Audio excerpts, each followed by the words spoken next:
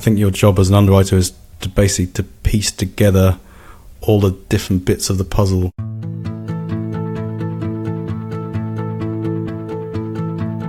Welcome to the Instech London podcast. This is Matthew Grant, and this week I'm talking to Bevis Tetlow, CEO of Imaginera. Bevis started off his career in catastrophe modelling, launching his own technology company, then moving into underwriting with Hiscox. He headed up their North American treaty insurance for the Bermudan office, and whilst he was there, he designed the company's reinsurance underwriting system. This was subsequently built with the help of Imaginera, and Bevis joined the company earlier this year.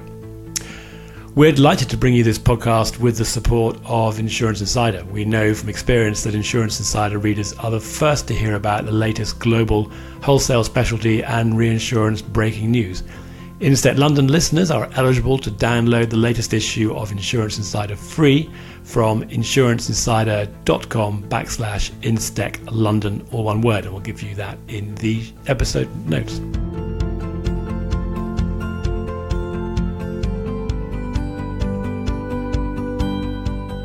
Bevis, welcome to the Instech London podcast. You've had a pretty varied career. We started off together at RMS about 20 years ago. You've gone from technology, you went into underwriting, and now you've come back into technology again. So what is it about the lure of technology that brings you back? I mean, actually, it was a very hard decision to leave underwriting, but I really enjoyed my time in Bermuda, and being an underwriter is a great career. Back in the day, we used to work at RMS, and after that, I worked, had a little consulting firm in technology. It's always been an area I've been very interested in. And the opportunity in Oxford to work at Imaginera was obviously appealing too. So that was part of the reason to stay in reinsurance, but not be in London. We'll come back to Imaginera in a minute, but just talking a bit about your time at Hiscox. So you were the underwriter there for US treaty business, but in your spare time, you seem to have built the entire reinsurance underwriting platform. How did you manage to combine both what seemed like two full-time jobs? Yeah, so I used to head up the underwriting, the treaty underwriting for North America and for the Bermuda and London operations at Hiscox. I didn't build it myself at all. I obviously had a big hand in designing it, so I used to head up the underwriting systems design at Hiscox. But the truth was, there's a big team of people that helped me, and I was simply the figurehead of it. But it seemed to survive, and actually I think is still being used pretty successfully today at Hiscox. Is that right? Oh yes, absolutely. So Hiscox has built the entire end-to-end system for themselves, and I had a big part in moving them when I joined Hiscox. Would have been 14 years ago, into that world, away from Excel into much more bespoke platform in terms of how they process and manage their submissions and did their modelling. And that choice to build versus buy is something that lots of companies struggle with across all dimensions, and in particular in terms of sort of policy administration systems. I mean, what were the choices you had at the time when you looked out to see what was on the market versus what you had to build yourself? Well, certainly back when we first went out to Bermuda in 2006, there was very limited opportunity to buy anything in. Hiscox would have preferred we'd bought at the time, but there just simply wasn't anything available that was fit for purpose. So really there was only one option, was to build it yourself, and then most big reinsurance companies have gone down that route because that becomes your IP. And you got to know Imaginera as one of the providers or the builders of your system, is that right? Toby, who set up Imaginera, was originally in Bermuda, and that's how we got to know each other, and he went back to the UK to start Imaginera. So, tell me a bit about Imaginera themselves. Toby Crawford started, and his wife started the company about 5 years ago when they moved back from Bermuda. That we now have about 30 coders based in Oxford and Bristol. We have a couple of very big clients, so Hiscox obviously one of those, Fidelis another. And I think we are fairly unique in our ability to offer a sort of real-world understanding of reinsurance combined with sort of coding technical excellence. We have obviously at this point a very large amount of experience in building end-to-end reinsurance platforms.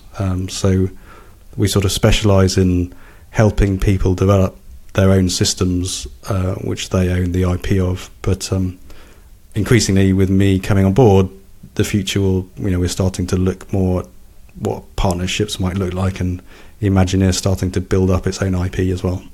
And presumably most companies don't make a decision fairly frequently, or they make a decision only every few years, even decades, about which systems they're using. So how do you, as you look at growing the business, how do you sort of map out the future when you've got really only a very short window on a fairly regular basis to find the companies to work with? Yeah, the truth is that's a real challenge, and ultimately what we want is few clients, but those clients to be very sticky, and we're very much a partnership, sort of external coding resource for them. So in many ways we're part of their team, but just as an external contractor. But it's obviously it's a big decision to start down a route, and once you start down that route, it tends to be very sticky. I guess with my background, it's my knowledge of how things operate at the different companies is helpful in knowing how to target. So just moving on to this issue of interoperability. So yeah, one of the challenges the market has had for a number of years is a lot of systems have been designed in silo, and it's very difficult to move data from system to system, very difficult to find some common themes across multiple databases. From your experience of building out the platform at Hiscox and also what you see now at Imaginera, do you see things getting better in how these different applications are able to talk to each other? Yeah, I think it's gradually getting better, but there's still plenty of scope for improvement, and I guess these are areas which we're looking to help people get better at. There's still a lot of dysfunction in terms of how data is transferred between companies, how modelling data is moved around, how brokers communicate mainly via email still. And I think there's a lot of room to make that easier. I mean, there's certainly examples where you can kick off the modelling automatically with RMS, for example, these days, which makes life a lot easier via APIs. But I still think there's a lot of scope to do this better, and there really hasn't been a sort of industry-wide standard that's been adopted universally. And as you're talking to the companies you're working with and looking at what else they're using, I mean, how much information is available if you want to help them create connections between other applications? Is there a fairly good set of data out there about how the data moves between different systems? There's a lot of variation out there. Some APIs obviously work very well, and others there still needs a lot of customization to allow you to do what you want. Let's talk a bit about catastrophe modelling. So you started off your career with RMS, running models. You used them fairly regularly as an underwriter. What's your view on the state of the market for underwriting models today? Have all the models reached maturity and saturation, or do you still see opportunities for improvements in modelling? Yeah, I think there's still a lot of areas that could be improved to help the underwriter get the total answer. I think in terms of things like the standard and more mature models such as the US hurricane model and earthquake model, things at this point are probably as good as they need to be. But there's a lot of room to do things like the non-model perils better. There's still lots of missing perils like flood. But increasingly, I think the answer is, as an ex-underwriter, trying to get to the total answer includes things like how well does the company operate, how does it deal with fraud. When you've got a situation in Michael where 25% of the loss is coming from fraud, how do you think about that as an underwriter, and how do you measure that? I think that comes back to big data sets and how you interact with those big data sets. So you need systems that are able you to bring all those different answers together from lots of different various places and consume large amounts of data to give you a sensible answer at the end of the day. So it's a challenge, and I think there's still plenty of room to address the other side to modelling. So still lots of opportunity for data sets, but not necessarily what maybe traditionally would have been thought of as data for modelling, such as hazard, but more about human behaviour and cost of rebuild and other areas outside of just the peril itself. Yeah, absolutely. I think understanding fraud is a very big and important topic, and I think big data can give you some pretty strong answers in that. Different people write different sets of portfolios. You have client A who has a has a very mature elderly client base, middle income, they're going to respond very differently to a younger Miami-based set. A question back to your underwriting days and just reflecting on the fact that there are a lot of companies now coming in offering different types of data to help people make underwriting decisions or make better underwriting decisions. When you were an underwriter, which wasn't that long ago, what kind of data was it that actually really helped you make different decisions on the treaties and the portfolios you were looking at? Your job as an underwriter is to piece together all the different bits of the puzzle to try and really what you're interested in is how companies compare. So the comparative measures, any data that allows you to compare companies versus another company, portfolio A versus portfolio B based on their exposure, I think is helpful, because ultimately your job is to pick who's doing a better job relative to the price that you're receiving for that business. So data around data quality of buildings, such as some insurance to value, for example, might be a good one to look at relatively.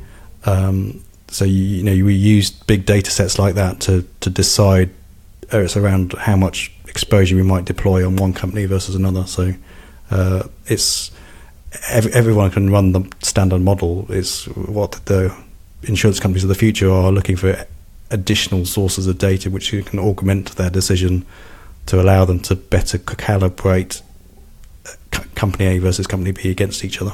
Yeah, I guess it's a very important distinction, because a lot of the sort of discussion around data relates to pricing or risk selection, but actually what you're saying is that it was really a question of how you deploy your capital, your capacity on the different businesses that you write. So you're making sure you're kind of maximising your capital on the ones that you've got the greatest confidence in, and the other ones you might still underwrite them, but you might just be a little bit more severe on how much of that capital you allocate.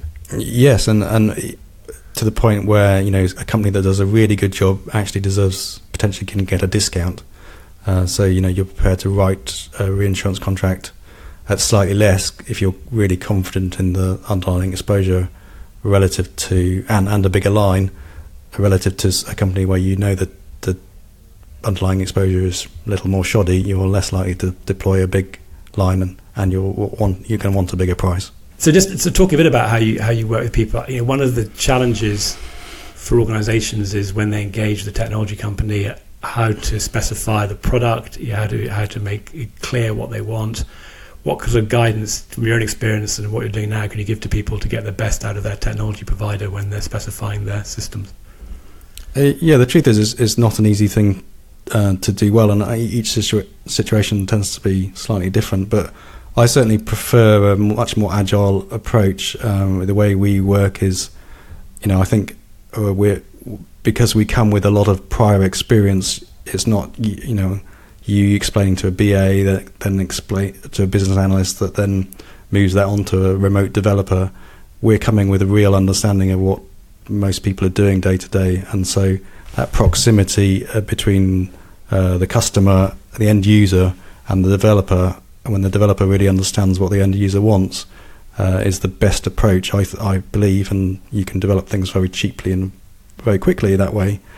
And what we tend to do is work in sort of 2-week sprints where the user is able to sort of help understand what direction they're going, and also change direction if they want to. So Bevis, you've been in technology for 20 years. You've also been there as a practitioner and an underwriter. About 4 years ago, the term insurtech popped up as a whole bunch of companies arrived claiming they could change insurance. What's your perspective on where we are now? Yeah, despite being a massive fan of technology, obviously with my role, I'm a little bit sceptical. I've seen a lot of people come and go. I do think there's a lot of room for efficiencies, but personally I think that the big successes will likely be with the existing players getting better and becoming more efficient, rather than a big revolution of new startups that are going to change the world. Take for example a company like Lemonade. Underneath the surface, they're really just an insurance company that sells renters insurance in New York. They've done a fantastic job of marketing, but many ways they are an insurance company, much like any other. So I believe that there's lots of scope for the existing players to improve, and we obviously hope to help them do that. Good. Well, you can be part of the innovation journey. And so on that, so anybody that wants to find out a bit more about Imaginera or track you down, what's the best way to find you? Yes, certainly. Well, it's obviously the website's an easy way to start. So Bevis Tetlow is my name, and Imaginera is the company. Good. Well, Bevis, thanks very much for carving some time out to come and catch up. Thanks very much. Bye-bye.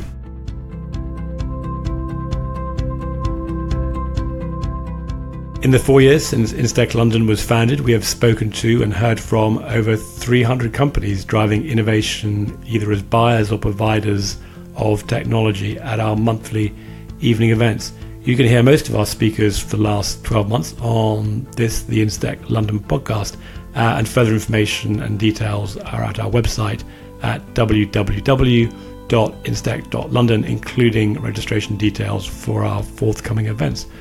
We are supported by close to 100 corporate members, including Insurance Insider, and if you'd like a free copy of their latest issue, you can find that at insuranceinsider.com/Instech London, and details will be on the episode notes.